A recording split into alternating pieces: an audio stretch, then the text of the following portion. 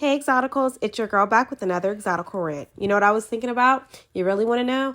I was thinking about Exotical safety, and I was thinking about a story time. I was thinking about the first time I've ever felt safe at work, and that was the first and only time. It was when I was working with a whole group of Exotical women, and my supervisor was a MLS man. I felt super safe. I worked there for a couple years and I never really had much troubles. It was me.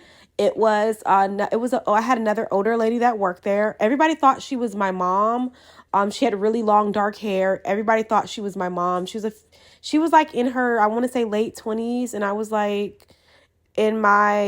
maybe 18, 19. And the other lady I worked with, she was a light-skinned black woman, and we got along. Basically, my MLS man boss would only hire light-skinned women, or what you call red bones. So we all kind of had the same aesthetic. We had light skin and dark long hair. And it was like only one dark skinned woman that he did hire. But she again looked like a model. Think of Naomi Campbell. She was very tall, slim, and she was very cool. Like, me and her were actually really good friends. Actually, all the girls that worked there, because we were all exotical women, we were all like really good friends. And I did not know this would be my only good working experience dealing with women, because again, like, I was like maybe the youngest girl working there, and they kind of shielded me. They kind of protected me. They were super nice to me. So I didn't know like working other places would be totally different. I didn't know like older women would be hitting on me, because again, the other women that worked with me when I worked at that particular place were all exotical women. So like there was nothing to hate on. We kind of like shared makeup tips, hair tips. We talked about like working out. We even worked out together sometimes.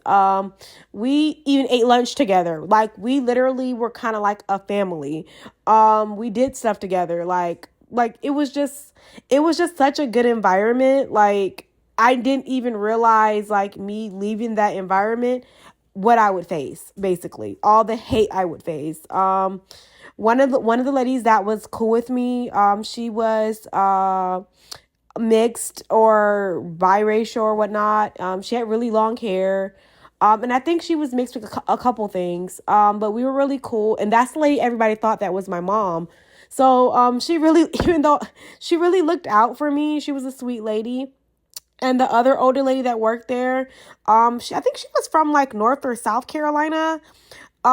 She was really sweet. Again, she was a light-skinned black woman. She literally would give me life advice. Like, literally, and that's the one particularly. We ate lunch all the time together.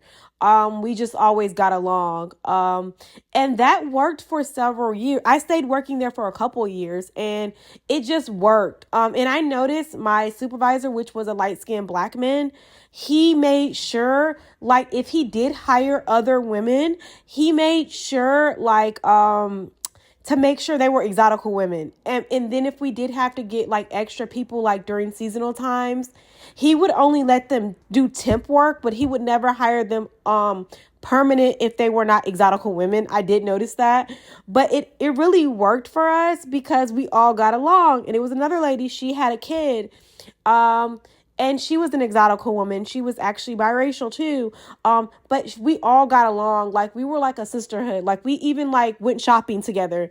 And I didn't realize like how cool we were until I worked other places and I was literally not friends with any of them. That would be my best working environment, and I would feel the safest there.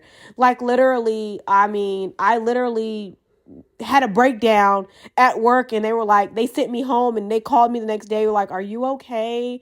Do you need a few more days? Like, it was like, even though my boss, like, he was a light-skinned black guy, he was kind of a perv, but like, again, like, the women that he hired were good women. Like, they were like non-jealous women. Like, definitely all worked together, but like outside of work, we would like call each other. We would go shopping during the holidays. we were like a family. And I didn't realize how good of an environment that was until I left that environment and worked other places where like the women would like hate on my hair, they would hate on my skin, my makeup, everything that I do to make myself look good, they would hate on it or call me bougie or tell me I was doing too much. And I remember one particular time, me and a few of my other exotical coworkers, we went out to the mall and I was trying on clothes. Again, I was like the youngest one working there. We were trying on clothes and stuff. So like I came out of the dressing room and I was like, oh, should I get this outfit? And like the other exotical lady that I worked with, she was like, oh my God, yes, definitely get that outfit. And she was like, what size is that? And I said, I think it's a size 2. And she was like, oh my God, I'm so proud of you being a size 2. And just like when I think back about working there, I remember stuff like that we used to say to each other, and it was like so positive. We would always boost each other up. We would always like just be there for each other. And I'm like, oh my gosh, that's literally the only time I ever felt safe at work, talking to other women and sharing my like business with other women. And I know like it wasn't going to be like I come back to work and they're like talking about me. Does that make sense? Um Again, like at the time I felt like my supervisor, the one that was a hiring manager, I did feel like he was a bit colorist at that time, but I didn't realize what he was doing. Basically, he was getting people with common interests together, if that makes sense. At first, I was like, why is he only hiring girls that look like we all kind of look alike? And we would laugh about it. But I understood why he was doing it, because when you hire women that are unattractive, it throws off the vibe of the whole environment, because like they're trying to make you level down instead of level up. And like even he said that one day I had came to work and I had like walked to work because again, this particular job was not too far from my house. So I actually walked to work sometimes, like if my family didn't feel like dropping me off because I wasn't driving at the time. Because again, I think I was like 18 or 19. But sometimes like I don't think I had a car, like a permanent car, until I was like 19. But like, so if I didn't get dropped off, I would literally just walk to work. So I walked to work one day and I had a hat on. I just had like one of those beanies on. And so like when I got to work, I just ended up keeping it on. Like, again, my hair was really long at that time. So I kept it on. So like, I'm like getting my stuff together and whatnot. And then my supervisor comes in the room with me and he's like, what's going on? And I'm like, oh, I'm just like straightening up, like organizing my desk and whatnot. Excuse me. And like, he was like, what's going on, Exotical Rants? And he was like, are you okay? Are you sick? And I'm like, no. He was like, why do you have that ugly hat on covering up all your beauty? And I'm like, what? And he was like, take that beanie off. And I'm like, why? So like, we were like I'm going back and forth with him. And then finally I just take it off so he'll shut up, right? And then like, he was like, oh my gosh, I knew your hair was looking so pretty under there. Again, I have to mention this. He was a pervert. So like, he did like looking at me. So I was just like, whatever. So I like walked off. But like when I went in the bathroom, like I think he was right. That little beanie I had on was kind of ugly. But I did look much better with it off. But again, he was kind of perverted. Like he was. Like he would like, when I came into work sometimes, he'd be like, oh, you have something on your pants. And I'm like, what is it? And then like he would want me to just turn around so he could like see a full view of me. Again, he was a pervert.